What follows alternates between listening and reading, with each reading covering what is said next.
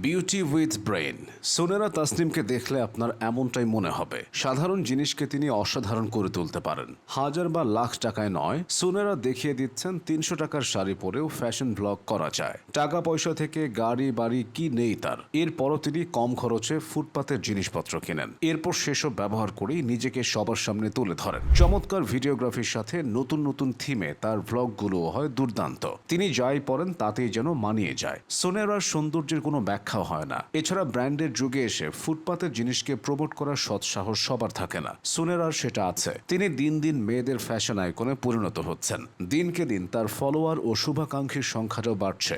যদিও তার শুরুটা হয়েছিল একদম সাদামাটা ভাবে। শুরুর দিকে শুধুমাত্র ফোন দিয়ে ভিডিও করতেন, কোনো রিং লাইট ছিল না। তার পরিবর্তে টেবিল ল্যাম্প ব্যবহার করতেন। 2018 সালের দিকে সোনেরার কোনো ফেসবুক অ্যাকাউন্ট ছিল না। তিনি ইনস্টাগ্রামেই কন্টেন্ট তৈরি করতেন। এরপর বিভিন্ন অনলাইন ব্র্যান্ডের সঙ্গে কাজ করতে থাকেন। এভাবেই একটা পরিচিতি চলে আসে। যখন নিজস্ব কন্টেন্ট তৈরি শুরু করেন তখন বড় বড় ব্র্যান্ডের নজরে আসেন। এভাবেই এই সেক্টরে তার নামডাক ছড়িয়ে পড়ে। ইনস্টাগ্রাম থেকে সাফল্য ও জনপ্রিয়তা পাওয়া সোনেরা এখন সামাজিক যোগাযোগ মাধ্যমের প্রায় সব প্ল্যাটফর্মেই সক্রিয়। তবে গদবাঁধা কন্টেন্ট বানিয়ে কোনো রকমে টিকে থাকেননি তিনি। সময়ের সাথে তার ভিডিওতেও আসে নতুনত্ব। এই জন্য সোনেরাকে বেশ সময় ব্যয় করতে হয়। কন্টেন্ট তৈরির ক্ষেত্রে তিনি দেশের ঐতিহ্যবাহী জামা কাপড়কে প্রাধান্য দেন, বিশেষ করে শাড়ি ও কামিজ। তার ভিডিওগুলো হয় নতুন নতুন আঙ্গিকে একই স্টাইলকে বিভিন্ন ধাপে ফুটিয়ে তোলার মাধ্যমে। মানুষের কাছে যেটা সহজেই ভালো লাগবে তিনি সেটাকে বৈচিত্র্যপূর্ণভাবে তুলে ধরেন। আর এটাই তার ব্লগিং এর বিশেষত্ব। সোনেরা তাসনিমের বেড়ে ওঠা রাজধানী ঢাকাতেই। তিনি ভিকারুন্নেসা নূন স্কুল অ্যান্ড কলেজ থেকে এসএসসি এবং এইচএসসি সম্পন্ন করেছেন। এরপর ভর্তি হয়েছিলেন নর্থ সাউথ বিশ্ববিদ্যালয়। নর্থ সাউথ বিশ্ববিদ্যালয় থেকে তিনি অর্থনীতিতে স্নাতক করেছেন।